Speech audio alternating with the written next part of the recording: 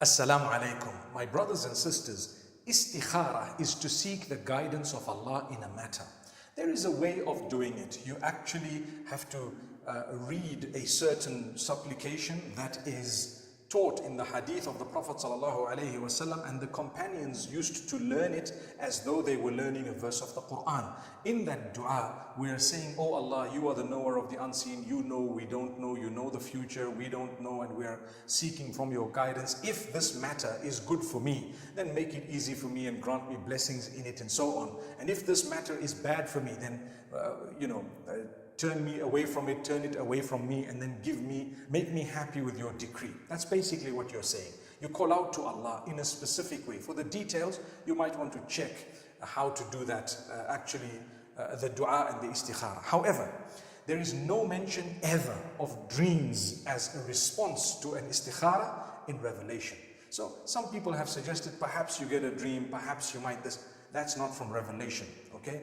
From revelation, read the meaning of that dua and you will know exactly what you've asked Allah. You told him, Oh Allah, if this is good for me, make it easy for me. If this is bad for me, block it from me. So, when you've done the dua, what's the response of your istikhara? The response is on the ground.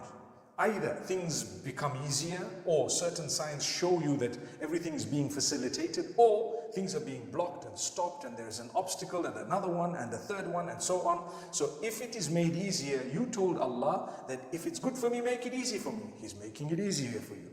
And if it is not good for you, you told him, if it's not good for me, keep it away from me. He has kept it away from you. Why? Because you told him, if it's not good for me, my deen, my dunya, then keep it away from me. That's why, my brothers and sisters, when Allah has blocked something after you desperately wanted it and you've made an istikhara, that is the response of your istikhara. All right.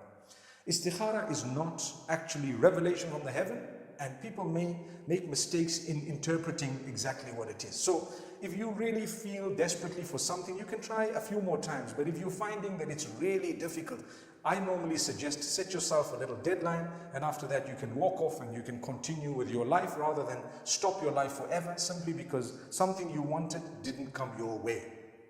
You may want to try after some time, but don't stop your life for it. If Allah's blocked it, He's blocked it. Now, my brothers and sisters, remember, istikhara is something that we should be doing. We should be asking Allah, Oh Allah, grant us if this is good for us. People ask a question. How come I made istikhara, I got positive results, I got married, now I'm struggling with my marriage and we're divorcing. Okay. Why am I divorcing when my istikhara was positive when I was getting married? My brother, my sister, did you ever say in your dua of istikhara, Oh Allah, if this marriage is never going to break, then let it happen? You didn't say that. Okay? You said, Oh Allah, do for me what's better for my deen, my dunya, my akhirah, which means my religion, my livelihood, my worldly life, and my hereafter. If it's good for me in those things, facilitate it for me. If it's not, block it. That's what you said. So perhaps divorce was the best thing for you for many reasons. Number one, maybe you were supposed to become a better person, and maybe you were supposed to become closer to Allah. So it was better for your dunya, it was better for your deen. And perhaps you will later marry a much better person than the one whom you were divorced from.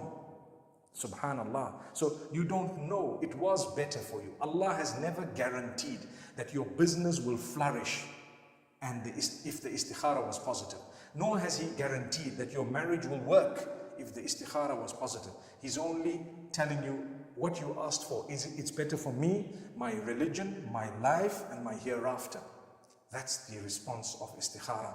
And that's why sometimes we do an istikhara, and on top of that we still suffer a loss because Allah knows that was better for us. So let's not be confused on this one. People always try to lose, focus, and they don't know what they've even said. That's why when you're calling out to Allah with a supplication, try and at least figure out what you're asking Allah, and then you will understand the way forward. أقول قولي هذا والسلام عليكم ورحمة الله وبركاته.